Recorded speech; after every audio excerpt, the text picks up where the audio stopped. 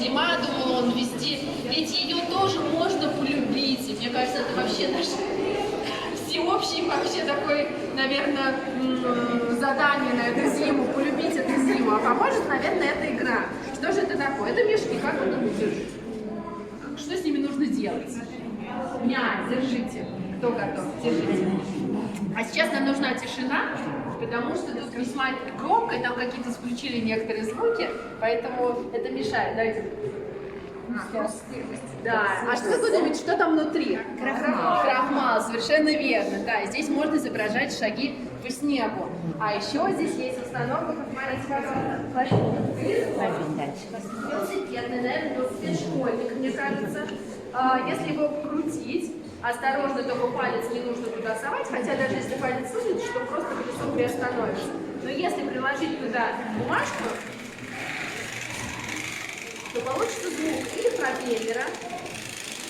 А если сделать более нежную бумажку, то это будет похоже на стрекот крылышек. А если совсем тоненькую бумажку, может быть даже на стрекот крылышек какой-нибудь стрекозы. И вот мы предлагаем нашим посетителям здесь в какую игру сыграть. Здесь у нас вот лежат маленькие цитаты из различных книжек. Давайте возьмем парочку из них. Кто хочет? Кто хочет? Берите, чтобы прочитать их. А мы попробуем это озвучить. Кто готов? Ну, давайте с одного, с первого начнем. Давайте послушаем, да? Читайте так. Гарри вдыхал запах соли, слушался грохот волн, легкий, зябкий ветерок ерошил ему волосы, пока он глядел на освещенное луной море, усыпанное звездами небо. Он стоял на высокой темной скале, под ним бурлила и пенилась вода. Стоп, стоп. Куда нам нужно идти? К какой установке? Конечно же, давайте озвучим этот фрагмент.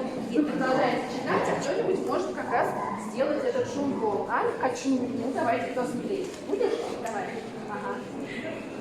Читать? Да, конечно. Гарри оглянулся. За спиной его поднимался в небо отвесный обрыв, черный и безликий.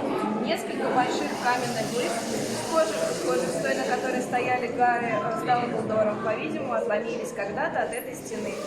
Суровый, мрачный пейзаж, море и скалы не оживляло ни одно дерево, ни полоска травы или песка. Пришла к нему первый.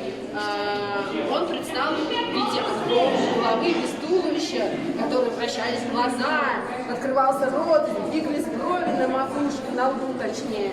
И вот на самом деле мы знаем, что это не была никакая волшебная голова, а это был тот самый волшебник Гудвин. Он был на самом деле не волшебником, он был актером цирка, и он придумал такие приспособления, декорации, с помощью которых можно было все это изобразить. И у нас работает эта голова именно так, вот так.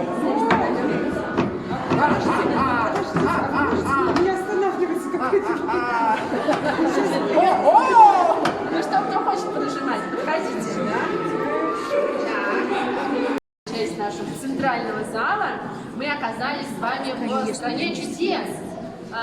Здесь нас ждет синяя гусеница. А это площадка для игры в крокет. И вот здесь у нас есть такая прекрасная калиточка. Осторожненько, дайте я ее открою.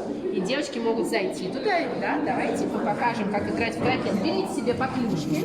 Клюшка — это розовый фланель. Я да, думаю, вот. что все маленькие дети должны как играть. Как играть в крокет? Нужно взять мячик осторожненько и попробовать его прокатить через воротца. Ну, давайте попробуем. Опа!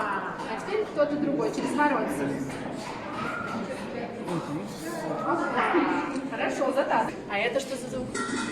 О, это мама на кухне что-то готовит. Она постоянно что-то готовит. Вот тесто для оладий мама замесила в ванне, потому что не хватало горшков. А папа в это время... Нет, папа вот. Ой, нет, это, наверное, вот папа. Да, он печатает на машинке. Вы даже не знаете, наверное, что это такое. Не слышали никогда, кто печатает на машинке? Папа нет. У меня мама печатает от класса. А кто помнит, кто играл на губной гармошке в этой книжке? Как его звали? А? Как этого персонажа звали, кто играл на губной гармошке? Слушай, конечно же, это лучший друг Мумитроль. Садись. Вот, для взрослых тоже. Держись, держись, держись. Осторожно. Полета Нимбус. А мы пойдем с тобой свет зажигать в Хогвартсе. Осторожно, осторожно. Вот, давай, включим свет. Трамвай. Это шум вокзала, когда Гарри Поттер с 8 3/4 должен отправится. Так, а это кто? Помните? Это он самый, Василиск, ползет где-то по подземелью. А Гарри Поттер единственный, кто знал язык змей, поэтому он слышал этот звук. А все остальные нет. А это что? Звенящая тишина. Нет, сейчас не. Это кипит какое-то зелье, мне кажется. Так, еще. Это был один персонаж, который плакал в туалете, как вы смотрите. Плаксаминтов. Да. И? Что это за зверь? Сова, конечно, в кукле Гарри Поттера. Здесь есть прекрасный звук. Это какое-то, наверное, перемещение по времени. Если не ошибаюсь. Так, а это, конечно же, тот самый барашек, которого хотел. Вот тебе ящик, а в нем сидит такой барашек, какого тебе хочется. А это тот самый... однажды мне случилось полетать над Африкой, над пустыней. У него случилась поломка у пилота. И он таким образом оказался, он сделал вынужденную посадку, оказался совсем один.